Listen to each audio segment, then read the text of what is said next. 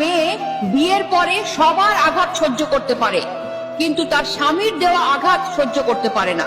কারণ একটা মেয়ে বিয়ের পরে তার স্বামীর সাথে হাজারটা ইচ্ছে পূরণ করার স্বপ্ন দেখে। তার ধারণা সবাই তাকে কষ্ট দিলেও তার স্বামী তাকে কষ্ট দিবে না। স্বামী স্ত্রী শুধুমাত্র রাতে একসাথে ঘুমালে স্বামী হয়ে যায় না। স্বামী হতে হলে স্ত্রীর মন বুঝতে হয়, তার খেয়াল রাখতে হয়, স্ত্রীকে ভালো রাখার চেষ্টা করতে হয়। এমন অনেক পুরুষ আছে যাদের স্ত্রীর সাথে কোনো মনের মিল নেই, কোনো ভালোবাসার সম্পর্ক নেই, শুধুমাত্র সমাজের জন্য লোক দেখানো একসাথে থাকা। যার স্বামী এমন, শুধুমাত্র সেই মেয়েটাই বোঝে জীবন্ত লাশ হয়ে বেঁচে থাকাটা কতটা কষ্টের।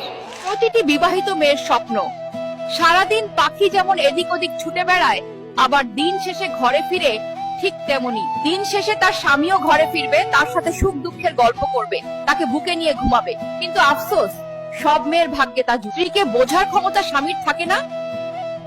স্বামীরা শুধু নারীদের চিৎকার চেঁচামেচি, তাদের অপমান করাটাই দেখতে পায়। কিন্তু ঝগড়ার পরে স্ত্রীর চোখের জল, স্ত্রীর কান্না, স্ত্রীর মন খারাপ, স্ত্রীর রাত জেগে চিন্তা করাটা তাদের চোখ এড়িয়ে যায়। একজন নারীকে তার স্বামীকে সত্যিই সবসময় কাছে চায়, আপন ভাবে সমস্ত কিছু বলতে চায়, কোনো বিপদে প্রথমে তাকেই পাশে চায়। এটা বোঝার ক্ষমতা বোধহয় স্বামীদের কোনোদিনই হবে না।